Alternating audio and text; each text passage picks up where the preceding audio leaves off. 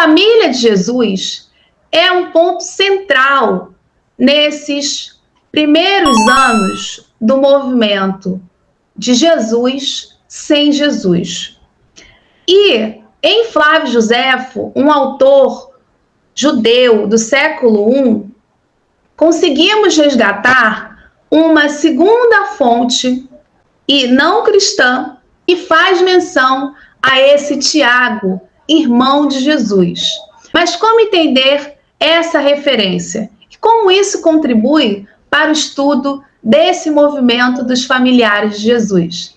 É isso que nós vamos ver hoje aqui.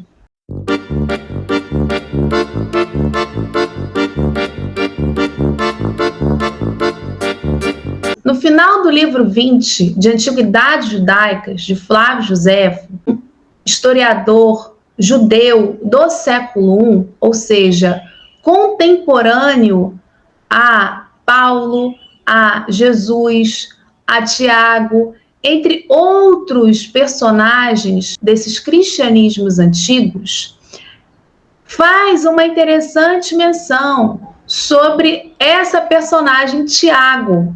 Olha aí o que está sendo dito.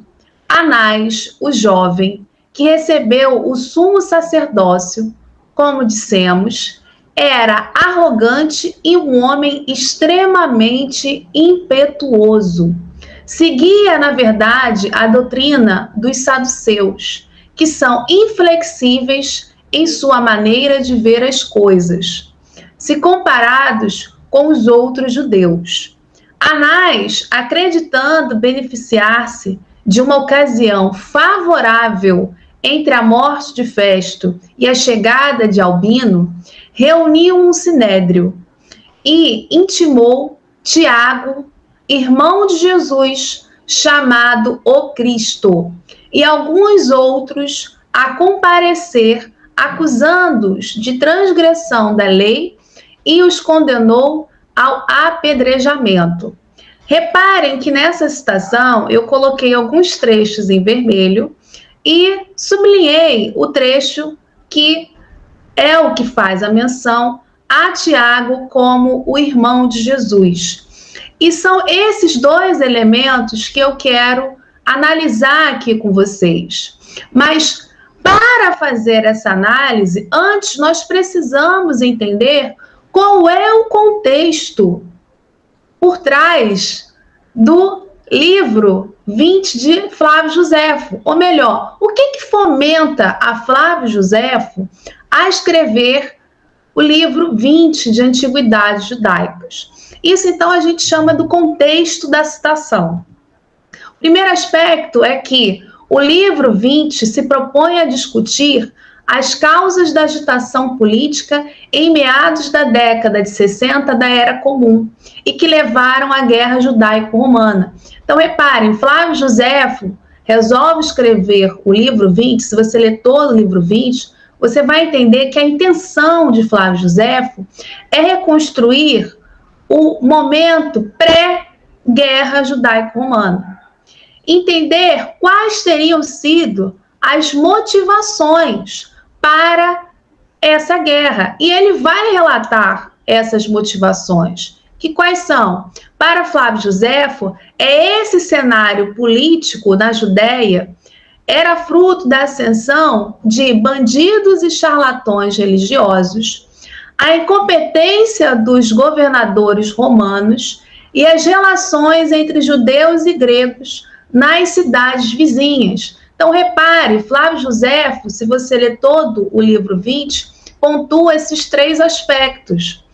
E aí a gente entende por que eu faço uma menção, coloco em vermelho, quando falo de Anás. Olha como Anás é descrito como um indivíduo arrogante, extremamente impetuoso, que andava com os saduceus. Olha como ele é muito crítico aos saduceus. E que ele, então, se aproveita de um momento para ele oportuno para ter uma tomada, uma postura que para Flávio Joséfo era mais dura quando comparado à questão da interpretação da lei, da nomos. Isso, então, é interessante porque, para comprovar essa tese, esses 3 elementos que Flávio Josefo levanta, ele vai citar vários exemplos, incluindo relatos de roubo, brigas de pedra e fome. E é nesse contexto que a morte de Tiago é mencionada. Então, atenção, Flávio Josefo não está preocupado em falar sobre os cristãos, não está preocupado em dar um destaque a Tiago, a Jesus ou a qualquer outro personagem desse cristianismo antigo, mas ele está preocupado em dar exemplos que convençam aos seus leitores de que a guerra judaica romana é resultado de uma fase dentro da história judaica muito atribulada por conta de maus administradores, falsos religiosos, charlatões, bandidos. Então, ele vê essa ascensão do Anás como algo muito ruim, muito negativa.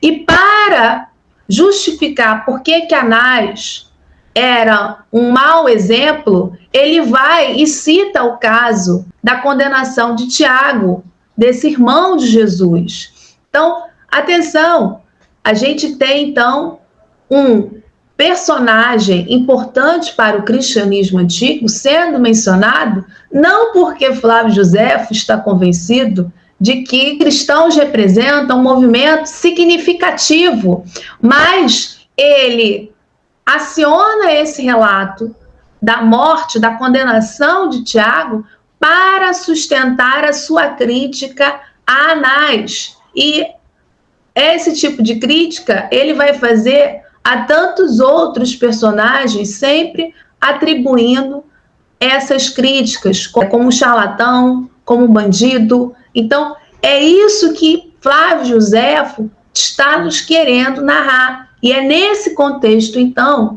que surge esse relato do Tiago, irmão de Jesus. Agora, entendendo, então, o contexto que levou a Flávio Josefo a mencionar Tiago, a gente consegue entender o quê? Que a passagem que menciona Tiago é apenas mais um exemplo do cenário político da Judéia descrito por Josefo, e que visava criticar Anás, filho de Anás. A gente, então, entendendo isso, a gente também consegue fazer outras observações, afirmar outros elementos a partir desse contexto do livro 20 de Antiguidades Judaicas e, mais especificamente, nesse trecho que Flávio Josefo faz essa menção a Tiago. A primeira delas é que Flávio Josefo fala muito pouco sobre Tiago, mas o fato de mencioná-lo incidentalmente é um forte apoio para a autenticidade da personagem.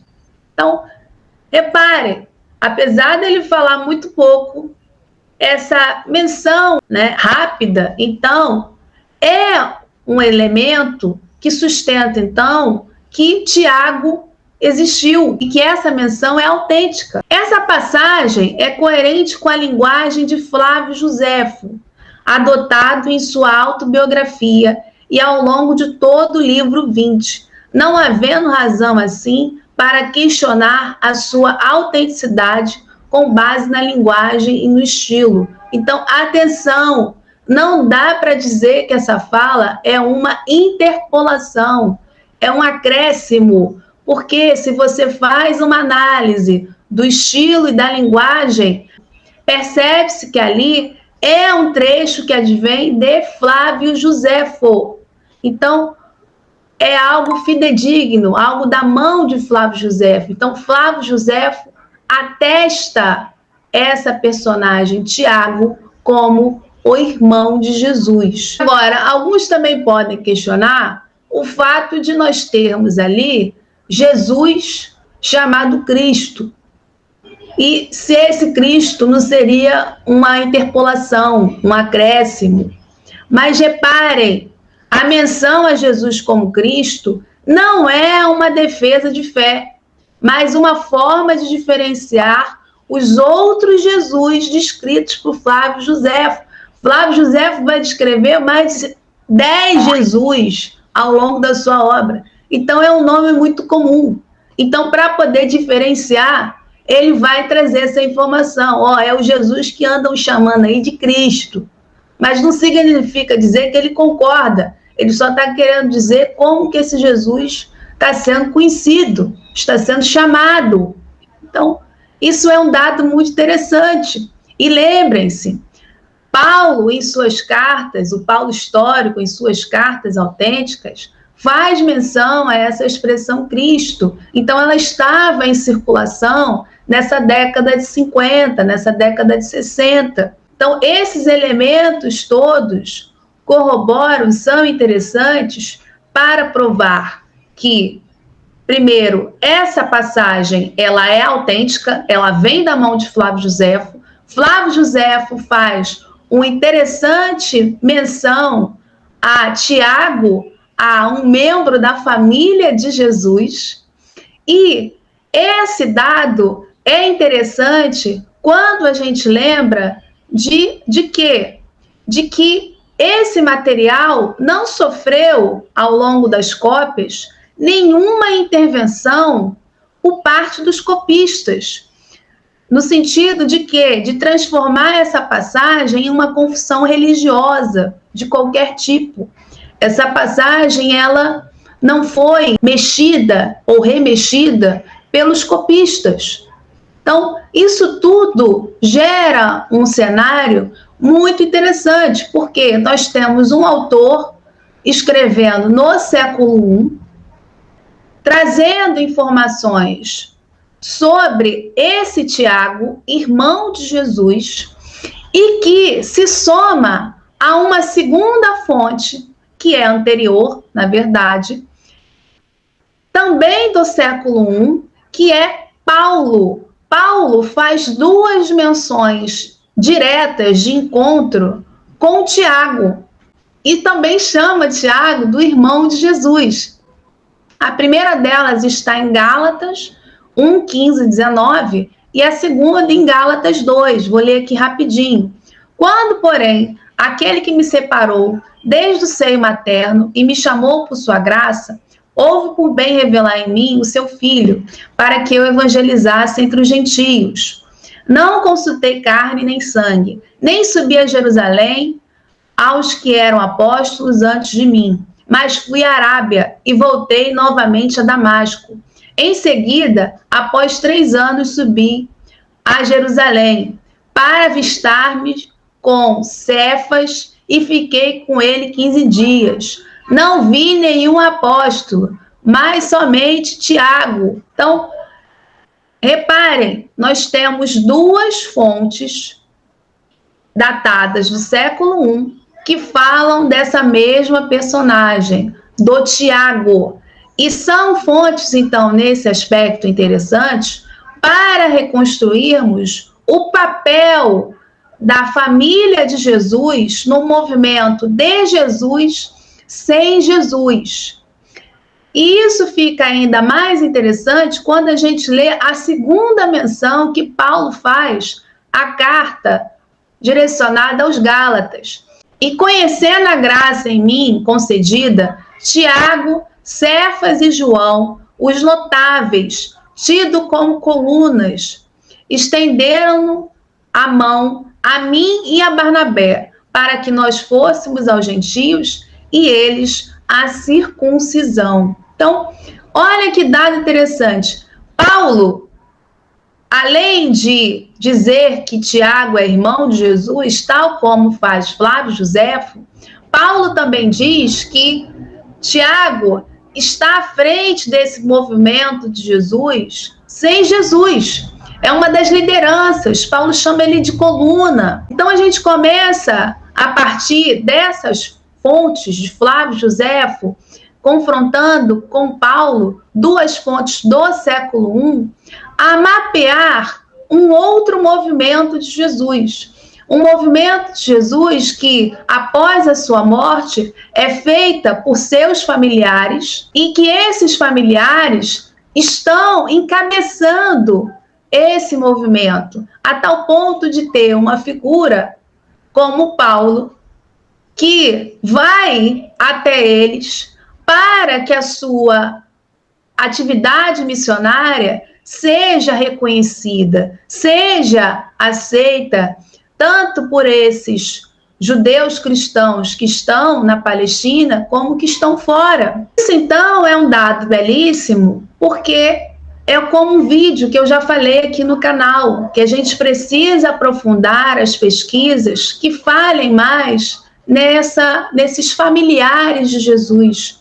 Como esses familiares, segundo materiais, fontes do século I, tem aí a sua proeminência, mas que no transcurso do século II, III, IV, esses familiares começam a ser apagados. Dizer, não, isso aí não é irmão, não.